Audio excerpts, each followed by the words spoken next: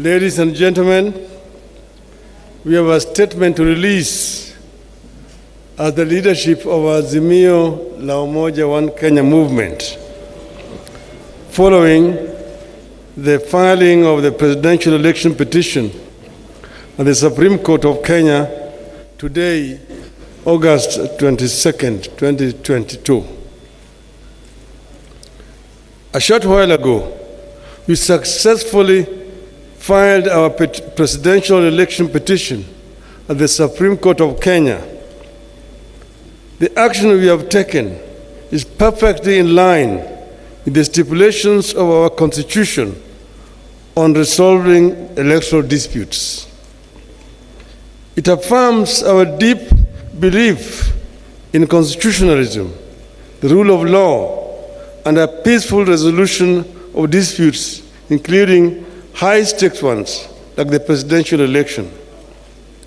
We have been shocked that as we prepare to go to court, others tried to stop us.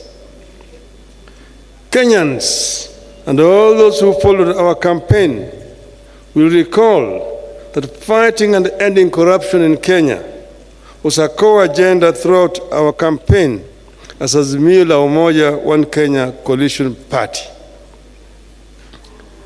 The presidential election results announced last week represent that continuing struggle, pitting the forces for democracy and good governance against the corruption cartels that are so determined that they will stop at nothing to take control of the government and this country.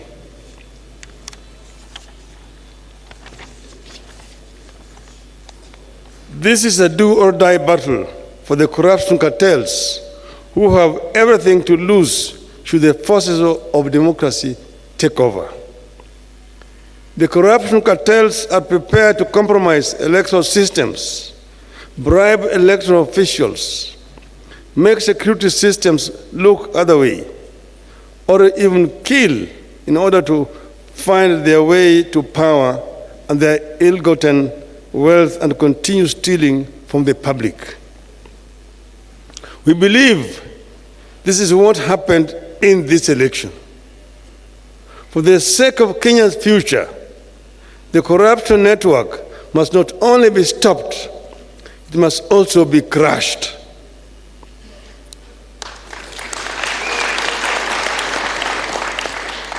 This attempted takeover of the country in this election has not been an isolated phenomenon. It has been in the works every electoral cycle. The corruption cartel has been intruding into our elections by not only financing specific candidates, but also by threatening or assassinating candidates and election officials. The corruption cartels have steadily been moving into manipulating electoral demands and suppressing the participation of voters who support rival political formations. Their activities that make it clear voters and votes do not matter have progressively reduced voter turnout in Kenya. At times, the cartels have triggered intense conflict between security forces and themselves as they strive to compromise elections. Slowly but steadily, these forces are killing our hard-won democracy and are trying to return Kenya into a one-party state in their own interests.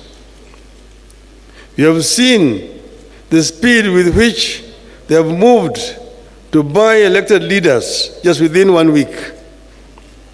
After being denied the numbers at lower levels elections, like members of the National Assembly, members of the county assemblies, and governors, these corruption cartels are working and buying leaders who have been elected on other parties' tickets to kill our democracy and also make the work of containing corruption at lower levels equally less effective. All these efforts have important political costs for our country, and they should not be underestimated. The corruption cartels know there are multiple benefits for them if they take over.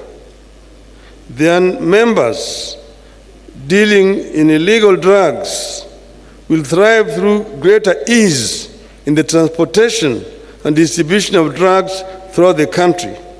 They will access intelligence information for more corruption. They will gain protection from the police for their leaders and their illegal activities. They will institute weaker or no restrictions at all for the money laundering, and they will ensure nobody else but them thrive. This potential array of favors for the cartels makes the capturing of government a profitable do-or-die venture for them. But it marks the beginning of the end of Kenya as we know it today. No nation, once captured by cartels, whether they be corruption cartels, drug cartels, gun-running cartels, or terror cartels, ever thrived or realized its full potential. The 2022 presidential election represents the most daring move by that cartel to overturn the wishes of the electorate. We refuse to allow Kenya to go that direction. It must not happen, and it will not happen.